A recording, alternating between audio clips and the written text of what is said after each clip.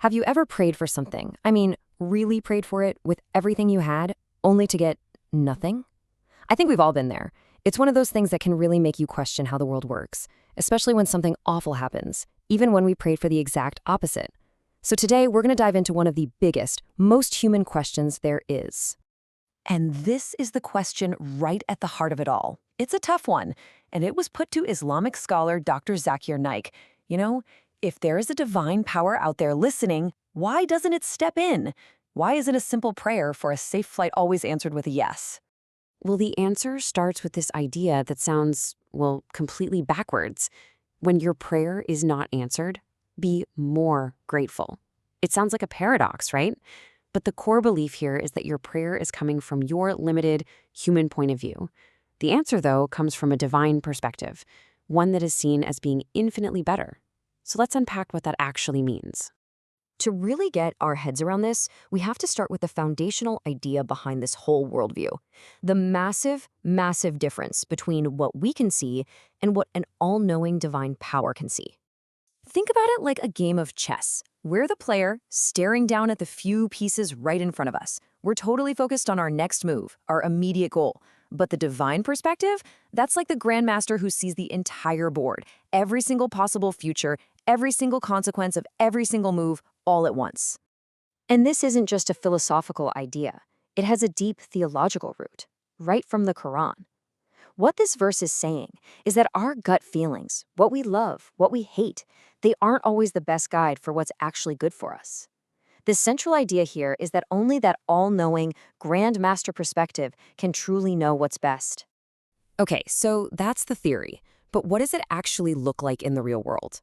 Let's get into a couple of really powerful stories that make this whole abstract idea of divine protection feel a lot more real. So picture this. A businessman, and he is absolutely fuming in traffic.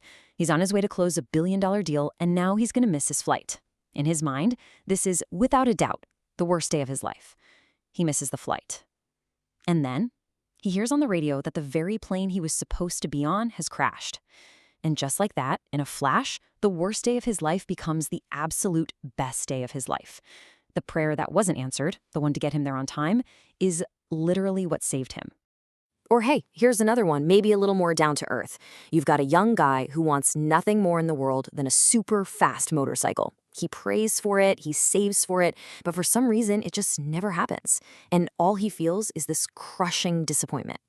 But from this point of view, that no isn't a rejection, it's seen as an act of mercy. The belief is that this divine, all-knowing perspective saw a future he couldn't see, a terrible accident on that bike that would have left him crippled. So the unanswered prayer became a kind of shield protecting him from a future he never knew was coming. Okay, so both of those stories are about saving our physical selves here on Earth, but the argument goes one step further, a really crucial step.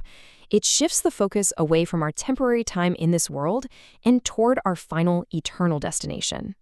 And this is where a really central concept in Islam comes into play, the akhirah, or the hereafter. In this worldview, life here is basically a test, a way to prepare for what comes next, an eternal life.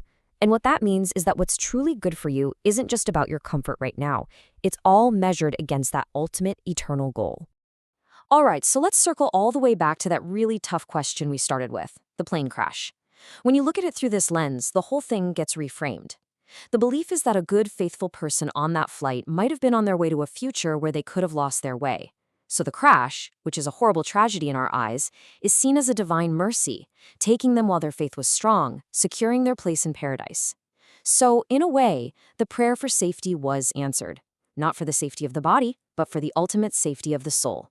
So what does it take to actually see the world this way? What's the spiritual bedrock you have to stand on to be able to interpret a tragedy like that? Well, it all comes down to one really powerful concept. And that concept is tawakkul. And this isn't just about, being optimistic or hoping for the best. It's this deep, complete trust in the divine plan.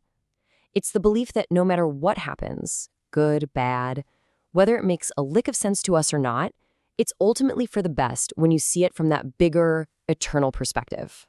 Let me show you how this plays out in a really simple, everyday way. Say you're in business. If you make a profit, your response is Alhamdulillah, which means praise be to God for that success. But what if you take a loss?